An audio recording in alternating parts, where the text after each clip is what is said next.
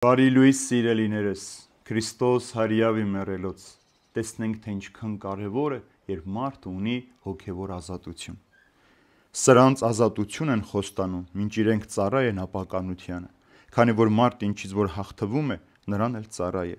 Որովհետև եթե մեր Տեր և Փրկիչ Հիսուս Քրիստոսին ճանաչելու միջոցով աշխարհի պղծություններից փախչելուց հետո դարձյալ նույն բաներով բռնվեն մնան, նրանց վախճանը կլինի ավելի վատ, քան առաջին վիճակը։ Քանի որ ավելի լավ էր նրանց համար, եթե բնավ ճանաչած չլինեին արդարության ճանապարհը, քան այն, որ ճանաչեցին և հետ կանգնեցին այն սուրբ պատվիրաններից, որ ավանդվեց նրանց։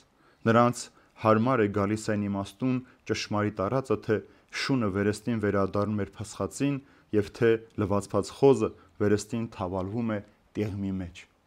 Գիտեք սիրելիներս, մեր կյանքի մեջ շատ մարդիկ կան, ովքեր իրենք գերի են, ծառա են մեղքերին ու ցանկություններին, բայց շատ քրիստոնյաներ իրենք ազատություն են խոստանում։ Չի կարող մարդը ստրուկ լինել ու մեկ ուրիշին ազատություն խոստանալ։ Դրա համար նաև Պողոս առաքյալն ասում է, որ ձեր ազատությունը հանկարծ ձեր մարմնական ցանկությունների համար չօգտագործեք, իսկ Պետրոս առաքյալն իր առաջին նամակի մեջ ասում է. ձեր ազատությունը պատրվակ չդարձնեք այնպես ապրելու, որ անաստված մարդիկ հանդիմանեն կամ հայհոյեն ճշմարիտ Աստծուն։ Ինչի համար է սա խոսում, որտեղ մեկ անգամ Քրիստոսին հավատալով, մեղքից ազատագրվելով, շատ մարդիկ նորից վերադառնում են այլ աստվածների։ Դա կլինեն կուռքերի տեսքով, կլինեն մեղքի տեսքով, կլինեն մոլորությունների տեսքով, նրանք դավաճանում են Քրիստոսին։ Եվ սա նշանակում է, որ մարդիկ այլևս ապաշխարության հնարավորություն չունեն, քանի որ ասում է լավ է նրանց համար, որ իրենք Քրիստոսին ճանաչած չլինեին։ Երբ դու Քրիստոսին ճանաչում ես, զգում ես, նրա հետ ապրում ես, բայց հետո դավաճանում ու վերադառնում ես այլտեղ,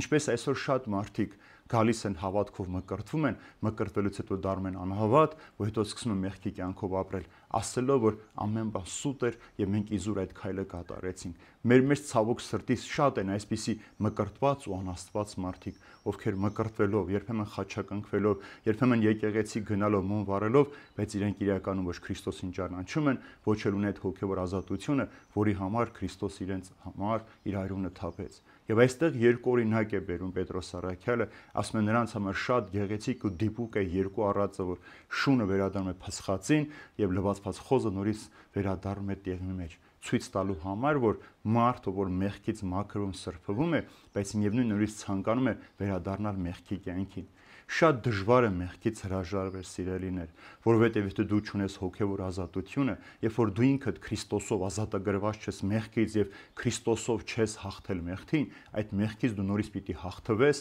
պարտվես ու վերադառնաս այդ մեղքին։ Եվ սատանայի ցանկությունն էլ դա է, որ յուրաքանչյուր մարդ նորից վերադառնա այնտեղ, ասելու համար, որ տես Քրիստոս, դու այս մարդուն փրկեցիր, այս մարդու համար խաչվեցիր, չարչարվեցիր, բայց միևնույնն է վերադառնում ես մեծ, որովհետև իմ առաջարկած ավելի շատ է սիրում։ Ուրեմն շատ զգուշ լինենք, սիրելիներ, երբ Քրիստոսի անունով խոսում ենք կամ մեր հոգևոր ազատագրման մասին խոսում ենք, բայց մեր մարդիկ մեր մեջ մեղքեր են տեսնում, նույն սխալները, որ մենք գործում ենք նաև Քրիստոսին հավատալուց առաջ, ուրեմն նշանակում է մենք հոգևոր ազատագրում չունենք, այլ հակառակը, այդ ազատագրումն օգտագործում ենք մեր մեղքերը արդարացնելու եւ այդ արդարացված մեղքով նորից շարունակելու մեղավոր կյանքով ապրելու համար։